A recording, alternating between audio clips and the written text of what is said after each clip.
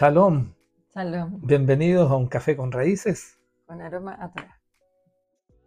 La nueva sesión de una nueva paracha. Sí, estamos compartiendo la parachá en este periodo de la número 49, que es Kitetse, que significa Cuando salgas. cuando salgas. Nos corresponde revisar la ley número 6, ¿no es cierto? Que está en la porción de la palabra del Señor, Deuteronomios 24, 5 al 13. Comprendemos que Moisés sigue instruyendo a los jóvenes que van a tomar posesión de la tierra. Amén. Amén. Así que vamos a revisar qué es lo que trae para nosotros esta porción de la palabra esta mañana, para lo cual les pedimos que puedan disponer sus corazones. Gracias por el tiempo que se dedican a compartir con nosotros esta hermosa palabra del Señor. Amén. Palabra que transforma. Veremos qué nos habla hoy nuestro Padre Celestial. Amén. Oremos. Okay. Amén. Padre, te damos gracias, Señor, esta mañana, puesto usted nos congrega y dispone todo lo que está alrededor de nosotros y sobre todo nuestra voluntad para poder venir a escuchar tu palabra. Señor, que no haya miramiento de hombres sobre lo que hacemos hoy, sino que realmente respecto a lo que hay detrás de esto, que es la obediencia a usted, Señor, en poder compartir, Señor, de tus principios, de la voluntad de tu corazón para nuestras vidas. Ayúdanos, Señor, en esto, que podamos meditar en torno a la voluntad de tu corazón y que los dichos de nuestra boca sean conforme a las meditaciones que tú entregaste, Señor, en su tiempo para aquellos que han de ser guiados por ti. Te lo pedimos en el nombre poderoso de Jesús. Amén. Amén. Amén. Vamos a leer la palabra del Señor. La porción es de Deuteronomio 24, del versículo 5 al 13. Al 13. Uh-huh. Amén. Amén. Cuando alguno fuere recién casado, no saldrá a la guerra, ni en ninguna cosa se le ocupará. Libre estará en su casa por un año para alegrar a la mujer que tomó. No tomarás en prenda la muela del molino, ni la de abajo ni la de arriba, porque sería tomar en prenda la vida del hombre. Cuando fuere hallado alguno que hubiere hurtado a uno de sus hermanos, los hijos de Israel, y le hubiera esclavizado o le hubiera vendido, morirá el tal ladrón, y quitarás el mal de en medio de ti.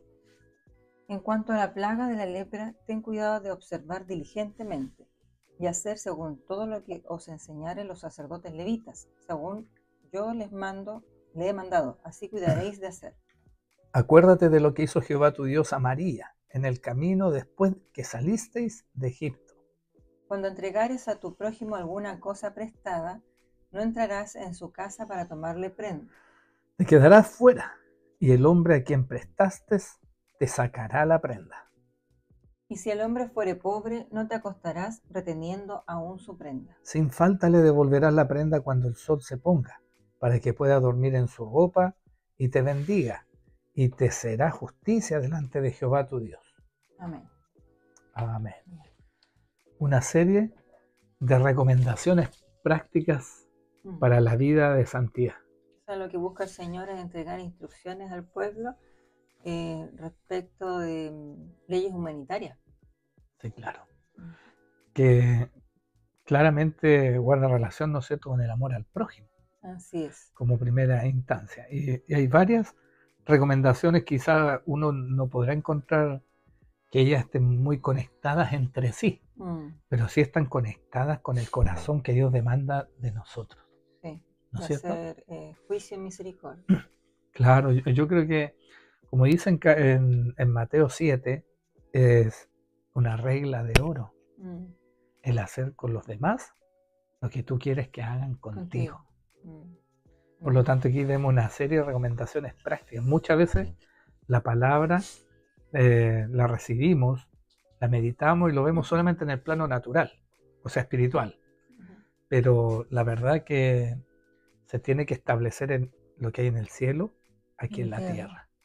Y este compartir que hoy tenemos, hablan en razón de eso. Mire que el Señor aquí nos deja luces claras de qué cosas son importantes para Él que nosotros practiquemos.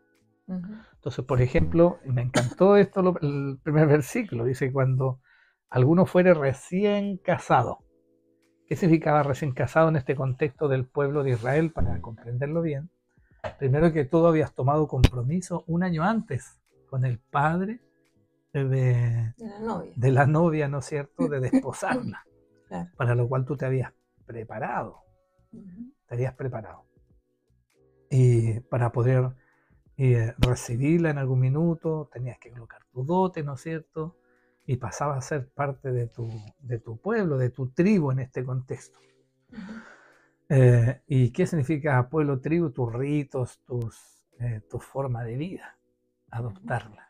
Y ella efectivamente pasa a ser el centro, el propósito de la relación. Son regalonas ustedes del Señor, pues, ¿no es cierto? Claro. En este contexto dice, un año para hacer feliz a la esposa. Sí. ¿Cómo se hace feliz a una esposa? ¿Tú te acuerdas que las primeras veces que hablamos de compartir la vida juntos, de ser esposos, qué fue lo que tú me pediste? Sí. ¿Qué fue? Dígalo, literalmente. Te dije que quería una casa grande con habitaciones grandes. A ver, Un auto 0 kilómetros y 4 hijos. gloria a Dios, ¿y el Señor lo cumplió? Sí. En perspectiva, amén, gloria a Dios. Claro, son regalonas del Señor. Mire, la conversación era esa. Mm. La conversación era esa. Y yo me acuerdo que le dije, ¿no crees que es muy rápido? Claro. Lo que pasa es que en ese Y yo, entonces. perdón, solo va a dar la Sí. connotación, y yo le comentaba, Andreita, pero hay que trabajar, yo no tengo eso ahora. Decía, sí, pero mi padre lo tiene, me decía. Claro. Siempre que me ha llevado a desafíos de logros, de buscar, gozar el corazón de ella, siempre me ha declarado eso, sí, tú no, pero mi papá sí lo tiene, Ujú. ¿no es cierto? Sí. Son como pruebas de fe, nos moviliza De en el hecho, encuentro. era un anhelo en mi corazón porque en ese entonces ya venía en camino Nachito, me parece. Y estábamos, ya teníamos a Lucito. Los patúos. Claro, y resulta que nuestra casa que teníamos en ese entonces era un departamento donde las habitaciones eran muy pequeñas. Entonces ya, y además tenía poquitas habitaciones y veíamos que la familia crecía y no tendríamos donde quedar cómodos todos ahí. No, pero esa declaración fue en un periodo de noviazgo, cuando empezamos a conversar recién. De los 4 hijos sí, pero Sí, desde la claro. casa, habitaciones grandes y todo eso ya era una necesidad porque ya estaba creciendo la familia. Ya, pues entonces, ¿cómo se hace feliz a una esposa? Imagínense que el hebreo tenía un año para tener dedicación exclusiva a estos menesteres. Y no era solamente, a veces uno piensa en buscar el deleite, sino que nosotros debemos reconocer que la esposa es el centro del hogar. Ella es quien nos congrega. La mamá congrega a los hijos, congrega al esposo. Cuando tiene que salir a trabajar a la guerra, ¿dónde retorna uno? Al hogar. De hecho, yo creo fielmente que la esposa es la que coloca la atmósfera del hogar. Por eso hoy día creo que hay una exhortación en esta palabra para los hogares, para las esposas, amantes del Señor, en comprender de que el ambiente espiritual que hay en un hogar depende mucho de ellas. Y sinceramente creo que son un ser espiritualmente habilitado con mayores atributos para este tremendo propósito, porque el Señor incluso declara de que es más importante la familia que ir a la guerra, comprendiendo, ¿no es cierto?, que está en un periodo de conquista de la tierra, de establecer la nación. Pero claramente no hay nación si la familia no es íntegra, si la familia no está consolidada. No hay iglesia tampoco que pueda estar bien establecida si no hay familias sanas, si no hay familias santas. Por eso es un ministerio para cada varón el dedicarse fielmente en el cambio de vida, o sea, declarar el primer año de matrimonio, a consolidar la relación, significa una nación fuerte, una iglesia santa. Entonces, es importante que nosotros comprendamos desde esta enseñanza, de esta demanda que el Señor hace para una sociedad, porque aquí le está hablando de una sociedad que está construyendo algo. Y nosotros vemos hoy día cómo nuestra sociedad actualmente sufre y adolece de estos principios que son tan buenos. Vemos que el Señor, la palabra de Dios, coloca esto en el centro o como principio del establecimiento de una nación. Y nosotros en Chile, ¿qué estamos haciendo hoy? Entonces, meditemos en esto. En el mundo en general, porque no solamente en Chile. Sí, claro. Claro, pero hay, fíjese, naciones fuertes hoy día que nos dan testimonios importantes de que esto se sigue estableciendo. Y así van avanzando. Y no podemos dejar de mirar que indistintamente tengan la fe en el Señor, ellos aplican estos principios y prosperan. Mira el Islam. Ellos hace 40 años atrás declararon de que por el vientre de sus mujeres conquistarían el occidente. Y hoy día nosotros vemos que Italia, Alemania, Europa en general, y hoy día ya casi avanzado Estados Unidos, el Islam está estableciéndose. El tema está que la justicia que ellos van a implementar va a contravenir lo que Dios ha establecido para su iglesia. Entonces, abandonar este principio, miren lo que trae detrás. Nosotros vemos, por ejemplo, también que los chinos, por ejemplo, ellos los 5 primeros años de cuando se constituye un matrimonio, los abuelos se dedican a criar a sus hijos. ¿Para qué? Para que el matrimonio se pueda consolidar, puedan emprender su proyecto familiar financiero, y así el hijo no sea estorbo ni para sus finanzas ni sus proyectos de familia. Además, ¿esto qué permite? ¿Cómo son amados los abuelos dentro del hogar? Grandemente, porque son los que financian a los nietos en sus primeros 5 años, colegio, alimentación, vestimenta, todo. Por lo tanto, ¿cómo serán los abuelos amados por la tercera generación? Muy bien amados. Muy bien amados. Por lo tanto, los últimos años de vida, la ancianidad de esta nación es bien respetada, bien honrada. En cambio, nosotros hoy día abandonamos a nuestros ancianos, porque yo creo que también en parte nosotros mismos abandonamos a los nietos. Hoy día nuestra cultura dice que los abuelos tienen que malcriar en vez de criar, en vez de afirmar los conceptos. Nosotros como hijos de Dios estamos llamados, ¿no es cierto?, en todo tiempo, en todo nuestro rol, instruir al niño en su camino, para cuando sea viejo aún no se aparte de él. Tenemos un llamado como sociedad. Estamos en medio de una sociedad que sufre. ¿Y sufre por qué? Porque adolece. ¿Adolece de qué? De esto que el Señor nos va enseñando.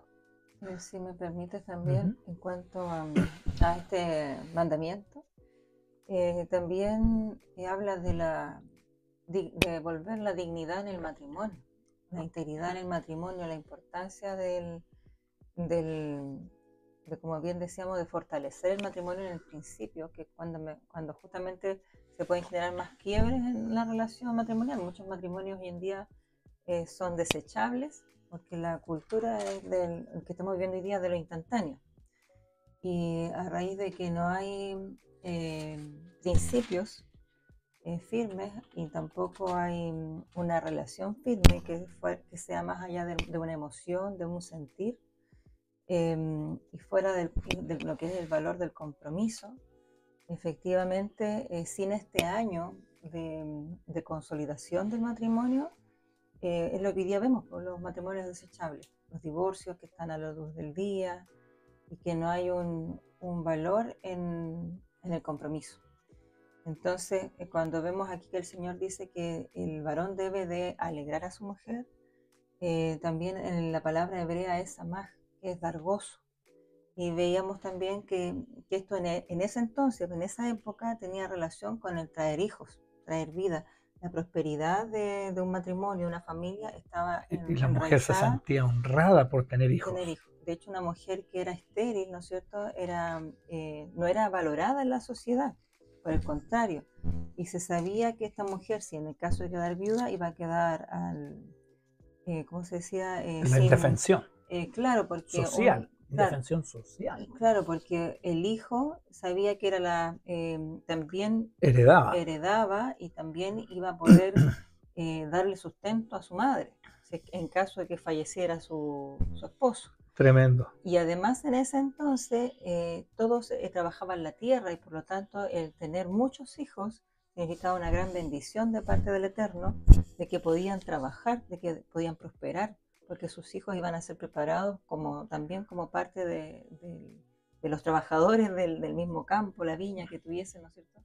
Trabajar para el sustento del hogar. Claro que sí, el Señor dice en su palabra, herencia de Jehová son los hijos de alta estima, el fruto del vientre. Claro. Bienaventurado. ¿No es cierto? Dice, son como saetas ágiles en manos de valientes. Claro. Bendito el que llena su aljaba de ellos. No será avergonzada en las puertas de las ciudades. ¿Qué es lo que pasaba en las puertas de las ciudades? Juicio. Entonces, aquel que era atropellado por otro, el que estaba indefenso y que alguno quería abusar de él, podía hacerlo si no tenía una familia grande que lo pudiese defender. Claro. Por lo tanto, iba a tener que estar reclamando justicia. En las puertas de las ciudades era un lugar donde se reunían los ancianos a dirimir los casos que se traían como injusticia. Entonces uno no tendría que andar ni siquiera en eso, porque no cualquiera se iba a meter a una casa donde hubiesen muchos varones dispuestos a defender su hogar, ¿no es cierto? Y así debemos verlo hoy día aún. Nuestras esposas, nuestras mujeres, nuestras hijas tienen que ser protegidas.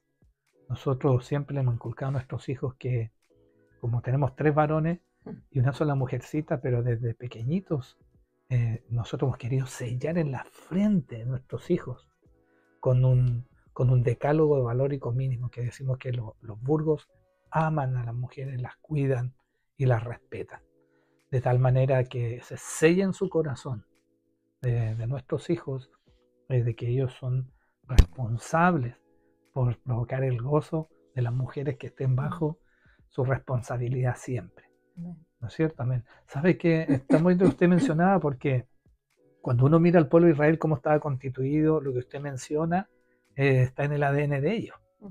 De hecho, las 12 tribus fueron establecidas por 12 hijos de Jacob, ¿no es cierto? De los cuales Raquel le proveyó, ¿no es cierto?, 2 hijos a Jacob, que eran José y Benjamín.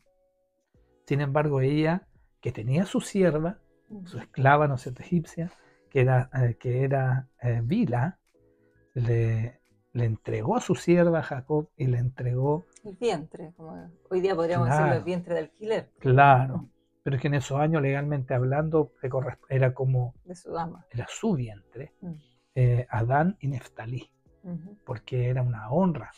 O sea, imagínate estar dispuesto a que su esposo intimara sexualmente con otra mujer por el valor que tenía el ser madre, el tener herencia. Y Silpa, que era la sierva de Lea, le había entregado 2 hijos también, que era Gad y Aser, ¿verdad? Y Lea, que era la menospreciada, la que no podía conquistar el corazón de su esposo, terminó entregándole 6 hijos. ¿Pero por qué? Porque ella lo que buscaba, ¿no es cierto?, era agradar a su esposo. ¿Hasta cuándo? Hasta el 4.º hijo. Cuando tomó la determinación de agradar el corazón del Señor. Amén. ¿Y cómo se llamó ese hijo? Judá. Aleluya. Cuando alabó a Dios y dejó de ver al hombre, porque ella lo único que quería era agradar a su esposo. Claro. Entonces, da evidencia a lo que usted mencionaba respecto a la importancia que debe tener la herencia, heredar hijos. Es más, nosotros vemos hoy día que los que no se quieren casar, que son los heterosexuales hoy día, es por privilegiar sus proyectos personales, estableciendo un corazón egoísta. Amor de sí mismo. ¿No es cierto? Amadores de sí mismo. Y esto lo tienes que saber si tú no estás dispuesto a tener hijos. Si eres un joven que está escuchando esto y estás enlutando el vientre de tu descendencia, tienes que saber que eso no es de Dios. Y te lo tenemos que exhortar hoy. Esta palabra es para ti, jovencita, que también anhelas tus proyectos personales antes que la vida, como esposa, que debiese anhelar que su vientre traiga hijos. Pero también hay otro punto, que si aún teniendo hijos, también vemos muchos casos que les abandonan. Les abandonan estando incluso ambos en el mismo hogar, o sea, ni siquiera huérfanos con libreta. Son huérfanos con libreta, claro, Sí. porque el varón y la mujer han salido a emprender sus ideas, sus proyectos personales. A la guerra. Han ido a la guerra, pero han sin dejado a edificar. sus hijos en el abandono, ya sea por una educación delegada a un ministerio, a la educación gubernamental. Claro, y hoy día, ¿quiénes quieren ser padres hoy? Aquellos que no pueden. los homosexuales. Y si no, están dentro de los hogares cuidados por terceros, que a veces ni siquiera son familias, sino que son nanas, ¿no es cierto?, personas que se encargan del cuidado de niños.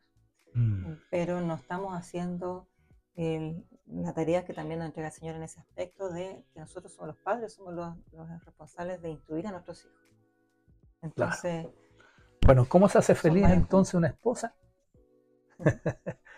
Dándole hijos. Dándole hijos, y para eso, primero que todo, también tener su casa. El casado casa quiere, ¿no es cierto?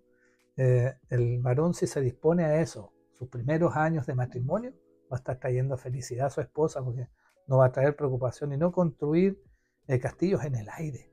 Pero de hecho... si me permite, mira, hay un proverbio, el 24-27, que hace mención y dice: prepara tus labores fuera y desponlas en tus campos, y después edificarán tu casa. ¿Cierto? De hecho, eso justamente iba a mencionar, que al respecto de lo que habíamos visto la Lillán de la semana anterior, nos decía justamente de que también estaba hablando de las condiciones para salir a la guerra, ¿te acuerdas? Y había sí, claro. Y una de estas justamente era ella, pero lo decía en el orden. Decía primero aquel que tiene el campo, o la viña, ¿no es cierto? Después decía aquel que tiene casa y no la ha estrenado. Y después finalmente decía aquel que tiene mujer y tampoco la ha tomado por esposa. Entonces hay un orden, pero yo no puedo tener una esposa si primeramente no tengo una tierra. O una profesión. Claro, porque al final ¿de dónde sacar frutos? Exacto, el trabajo, el esfuerzo. Y también cómo voy a tener esposa o mujer, ¿no es cierto?, si tampoco tengo un lugar, una casa un refugio para habitar. De hecho, el mismo Señor, nuestro Señor Jesucristo, dijo: yo me voy al Padre, vuelvo al Padre y voy a preparar morada para ustedes. ¿Por qué? Porque la costumbre hebrea era que se casaba, se desposaba, ¿no es cierto?, pero no se iba a vivir de inmediato el varón con la dama, sino que volvía la mujer al padre, a su padre, y el varón también volvía a donde el padre a construir casa para su mujer.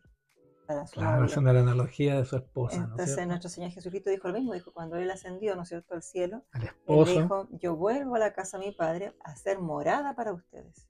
Amén. Para cuando Él venga ya a establecer, ¿no es cierto?, su reino aquí, descienda a la Santa Jerusalén. Sí, qué bonito. Y fíjate que no iban a la guerra los que estaban en un primer año de matrimonio, al igual que los levitas.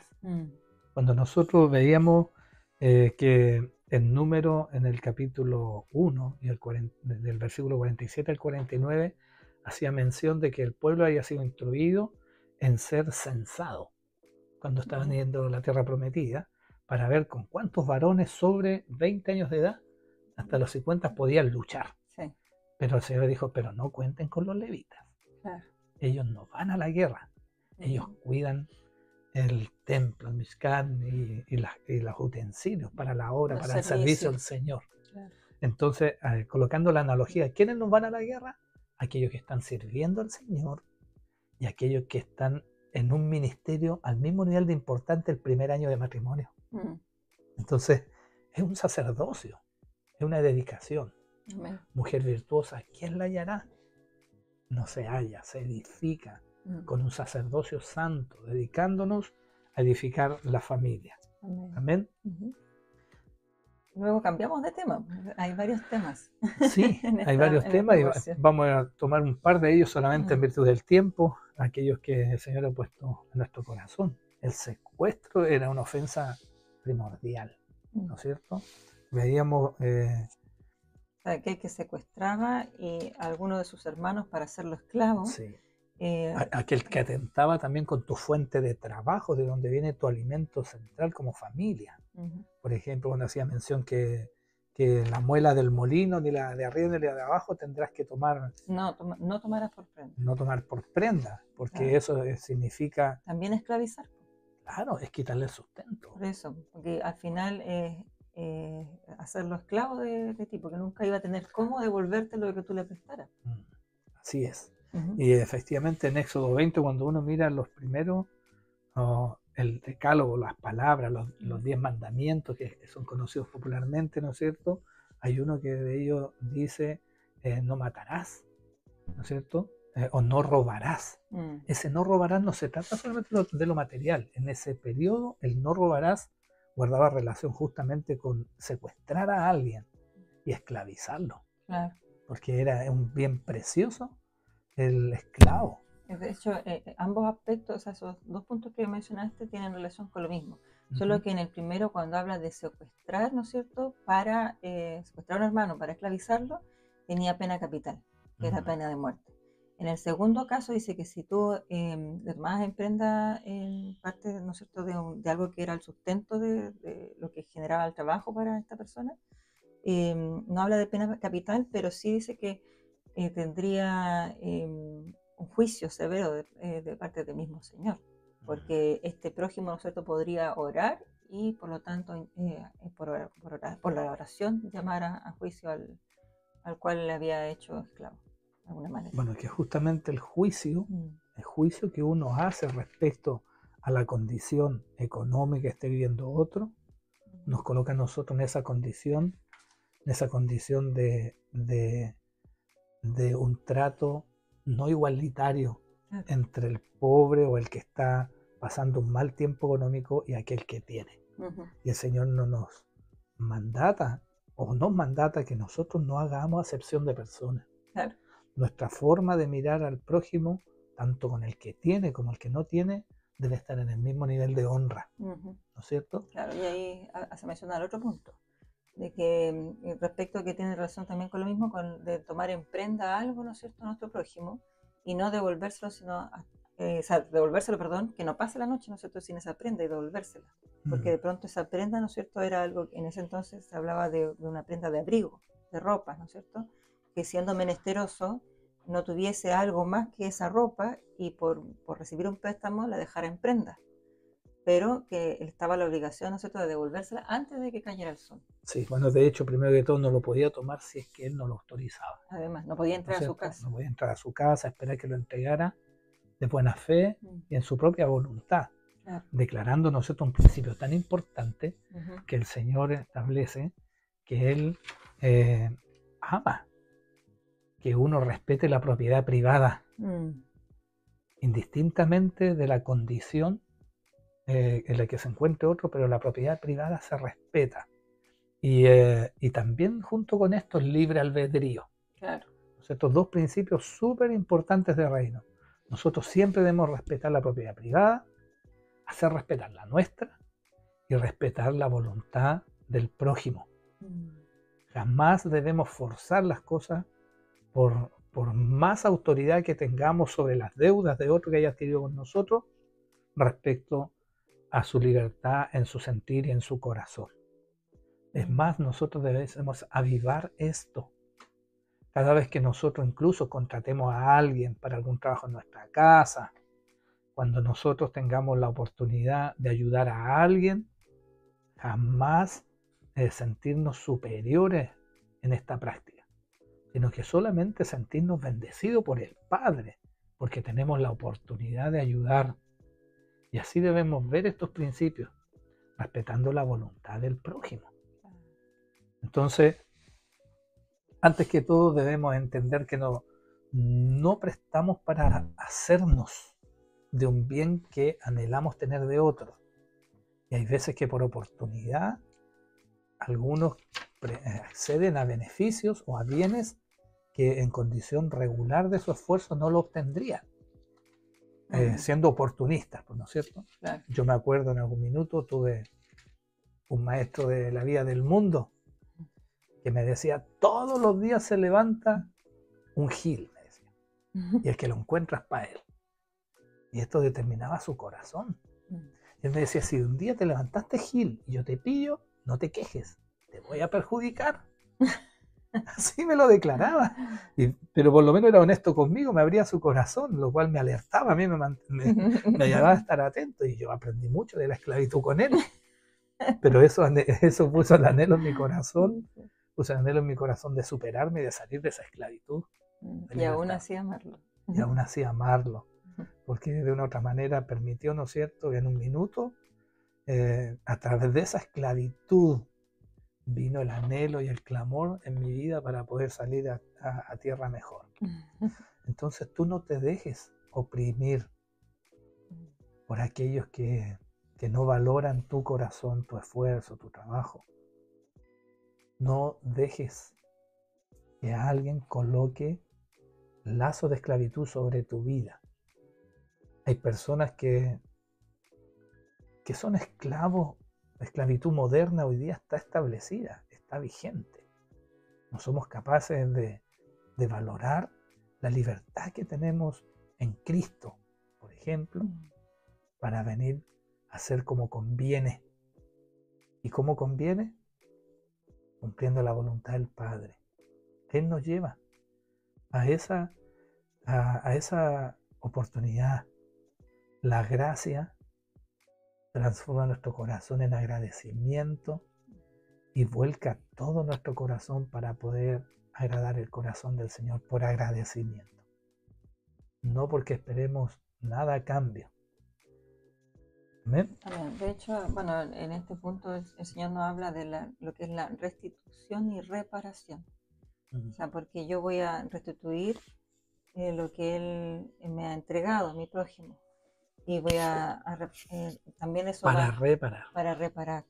Qué bonito. Habla de justicia y misericordia. El principio que veíamos recién del guardarse un año, habla de amor y justicia. Y todo esto, el conjunto de estas leyes, nos lleva a una sociedad más justa y compasiva. Amén. Es lo que busca el Señor a través de sus mandamientos.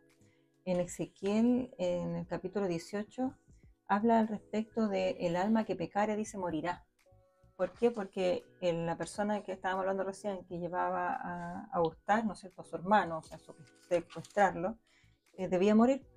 Pero también, al fin y al cabo, cualquiera que oprime al prójimo también debía morirse, que no extendía su mano menesterosa. Acá dice en Ezequiel, dice en el capítulo 18, verso 7, dice, ni oprimiere a ninguno que al deudor devolviere su prenda, que no cometiere robo, y que diere su pan al hambriento, y cubriera al desnudo con vestido, que no prestare a interés, ni tomare usura, que de la maldad retrajere su mano, o sea, aquel hombre que hiciera todas estas cosas, dice, que no prestare interés ni tomare usura, que la maldad retrajere de su mano, e hiciere juicio verdadero entre hombre y hombre, en mis ordenanzas caminare y guardare mis decretos, para hacer rectamente, este es justo, este vivirá, dice el Señor. Amén. Entonces, el Señor nos manda a hacer todo esto. Si nosotros hiciésemos estas cosas, si nosotros extendiésemos nuestras manos al menesteroso, si no oprimiéramos al menesteroso, al que nos debe, ¿no es cierto? Si no esclavizáramos, si es que devolviéramos su prenda, si es que no cometiéramos robo, que diéramos pan al hambriento, que cubriéramos al desnudo y todas estas cosas, entonces nosotros viviremos. Qué bonito, mira, porque tú buscaste al Señor por tu parte en esta paracha, la leímos juntos, oramos juntos, pero hubo un tiempo que nos apartamos para poder cada uno recibir lo que el Señor nos entrega. Y a mí, por mi lado, me entregó en Mateo 25, del 31 al 46, que dice, nuestro Señor Jesucristo, nuestro Yeshua amado, declarará, cuando el Hijo del Hombre venga en su gloria, y todos los ángeles con él, entonces se sentará en su trono de gloria, y serán reunidas delante de él todas las naciones, y apartará los unos de los otros como aparta el pastor las ovejas de los cabritos, y pondrá las ovejas a su derecha y a los cabritos a su izquierda.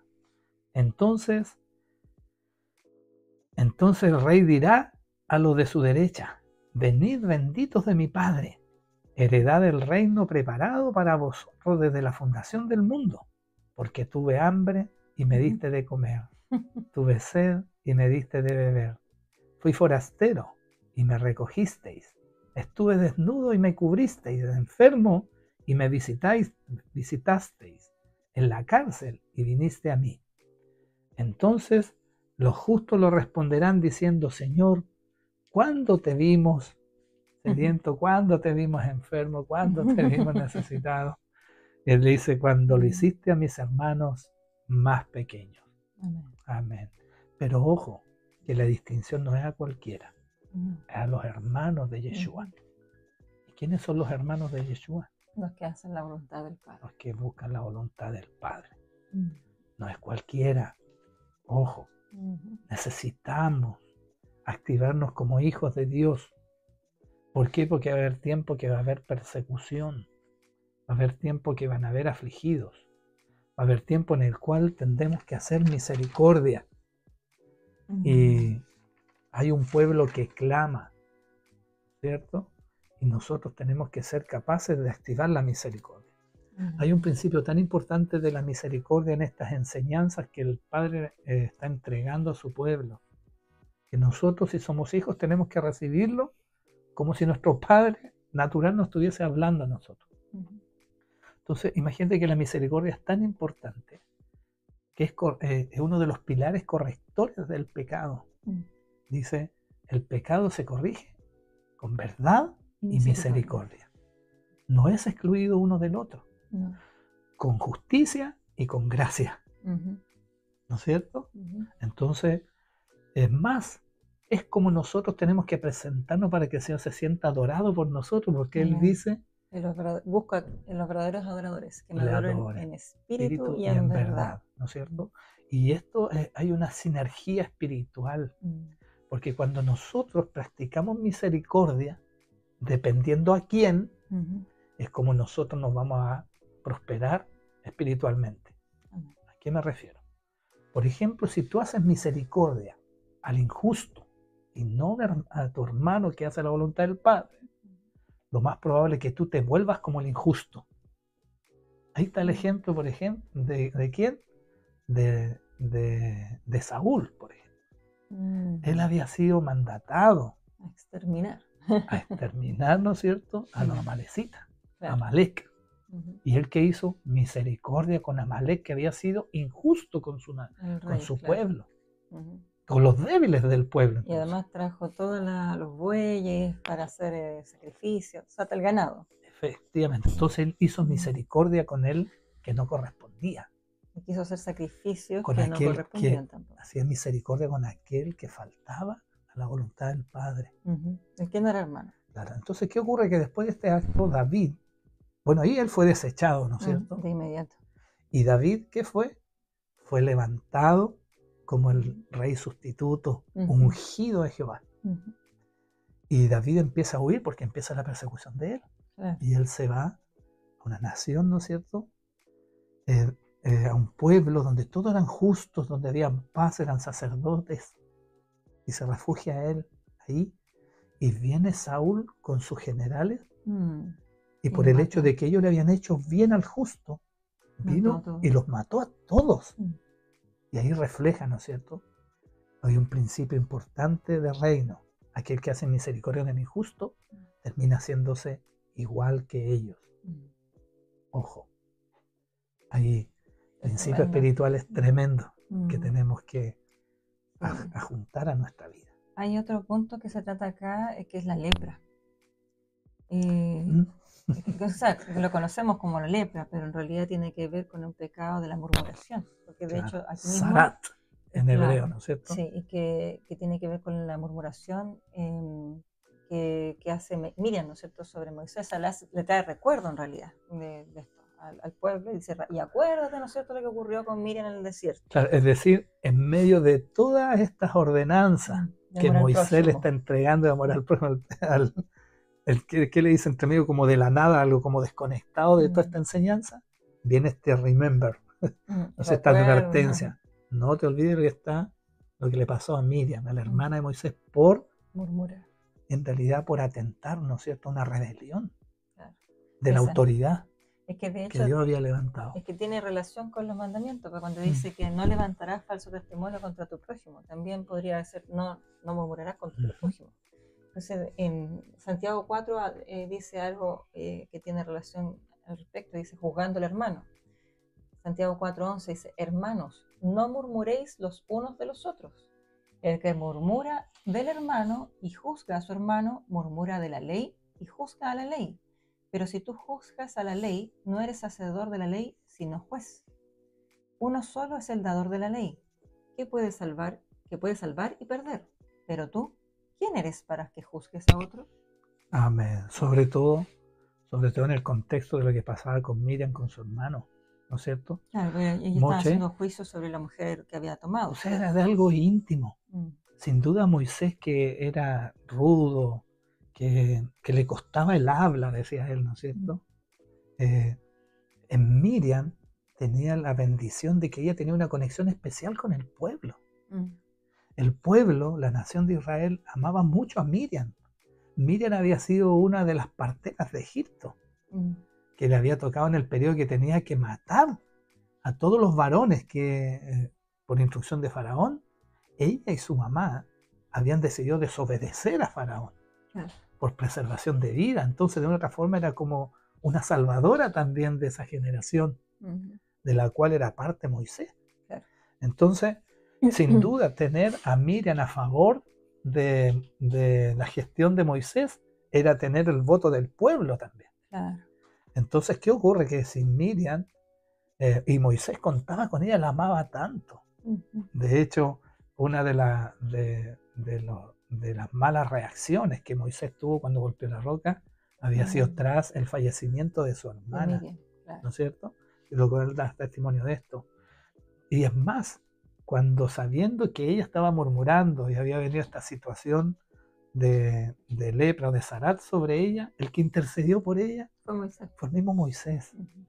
Pero nosotros debemos pensar que cuando alguien nos abre el corazón en intimidad, ya sea en tu rol de líder espiritual, de amigo, de papá, de pareja, cuando alguien te abre su corazón, es porque te está mostrando el camino a su corazón, es decir, está dando las señales para que tú le puedas amar mejor. Y si en esa relación de intimidad el otro empieza a ventilar tu intimidad, sin duda va a provocar, ¿no es cierto?, una lepra, pero más que lepra es pobreza, una enfermedad espiritual. De hecho, es importante acá es cómo está ligada la murmuración con el juicio, porque a veces como que uno lo separa. Uno dice, el murmurar no necesariamente implica juicio, porque yo puedo hablar mal de una persona, ¿no? Es juicio. Pero porque tú te colocas en un lugar de superioridad, de autoridad moral sobre otros. Entonces, por eso la recomendación de lo que dice Santiago, ¿no es cierto?, a la iglesia naciente, entendiendo que él había sido establecido, ¿no es cierto?, como de otra forma el sacerdote mayor en Jerusalén, para ir a Judea, a Samaria y hasta los confines de la tierra, desde el centro de Jerusalén tenía que buscar la dirección adecuada. Y él hace esta recomendación después justamente de Santiago 3, del capítulo anterior, donde él habla del control de la lengua. Entonces él habla en este capítulo 4 de Santiago, la amistad con el mundo. Entonces está diciendo, no te vas a comportar como hermano de Yeshua, como lo mencioné antes, si es que tienes esta práctica. No estamos mandatados a juzgar a los demás. Estamos mandatados a hacer misericordia, porque con ella, junto con la verdad, se corrige el pecado. Pero ¿cómo vas a construir un contexto donde la verdad fluya, donde la verdad se establezca?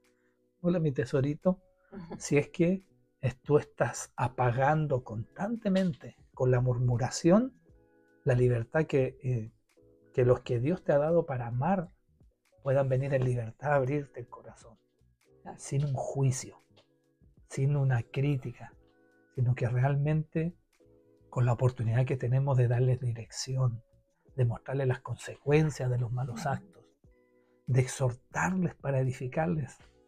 Como también veíamos, me parece que la semana anterior, cuando decíamos, ¿no es cierto?, si ves que tu hermano tiene algo contra ti, ve y habla con tu hermano primero. Amén. Entonces, hay un orden, ¿no es cierto?, para establecer las cosas. Bueno, vamos a cerrar ya esta paracha. Nos apasiona reflexionar en esto. Nosotros creemos que no es en vano el tiempo que dedicamos a la meditación de las ordenanzas del Padre. Al contrario, es vida y es vida abundante. Amén. No somos nada fuera de Él. Por lo tanto, te invitamos a que reconozcamos que llegará un minuto en el cual tendremos que estar frente a nuestro Señor. Quiero Dios que nos llame como, Amén. como los amados de mi Padre.